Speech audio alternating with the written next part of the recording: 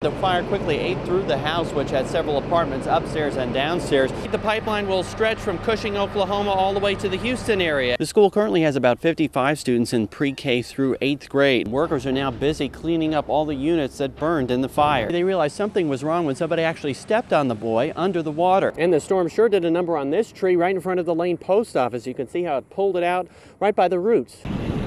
Crews were called out to the Roosevelt Bridge after a report a man had gone into the water at Lake Texoma and never resurfaced. A 61-year-old gentleman that had been drinking jumped overboard off of a boat and has not been seen as of since. What we heard was that he was swimming behind a boat out here and then disappeared. Crews spent hours searching the water with boats, and a group of volunteers from Marshall County also came out to help look for the man. We have two out there that are using drags and dragging.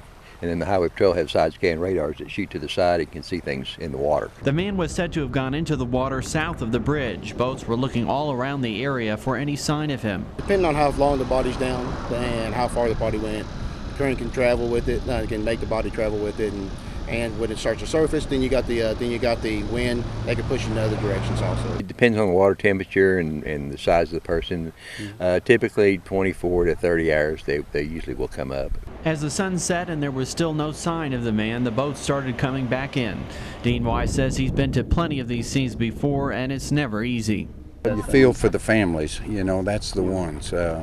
They got to be over there probably and not knowing the unknown. At Lake Texoma, I'm Alex Belser reporting.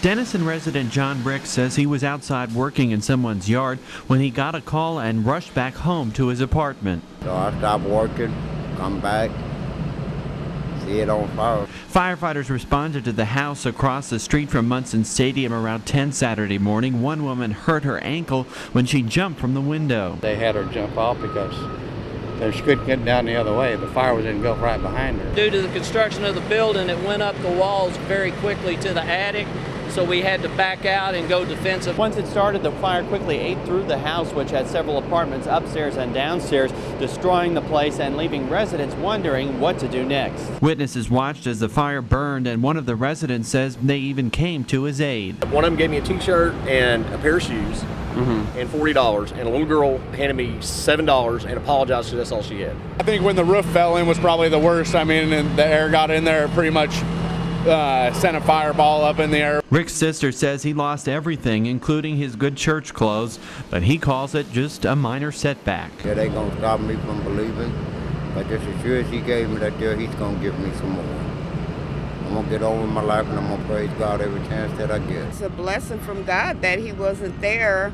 I hate that he lost everything, but possessions can be replaced, but you can't replace a life. In Denison, I'm Alex Belser reporting.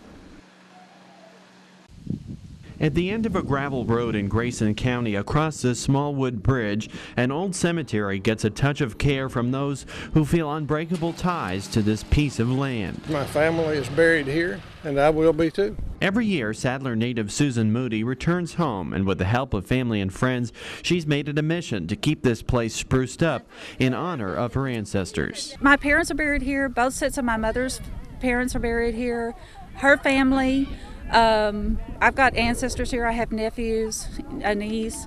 Organizers say when the cleanup started about 7 years ago, the cemetery was in bad shape, overgrown. Now they say they've been able to transform it and also learn more about its history. School, colleges, church, many, it was like a whole entity. And then when the railroad moved in, everybody kind of migrated towards Sadler, and then Basin Springs kind of died out. They know many of the names, but some of the gravestones are not marked. We don't know who those belong to. We can kind of guess because of who they're near, of what family they're near, but we don't know if they were young, old. For many, as they do the work, they remember the past. I have two sets of great-grandparents here, and my grandparents, one set is here. My parents are here, and I have 8 more spots. And now, on a cool fall day, the next generations walk this ground and think of those who came before. I have 2 of my 3 daughters out here doing this, their families, and my grandkids are here, and I've been pulling in anybody I can get hold of. In Grayson County, I'm Alex Belser reporting.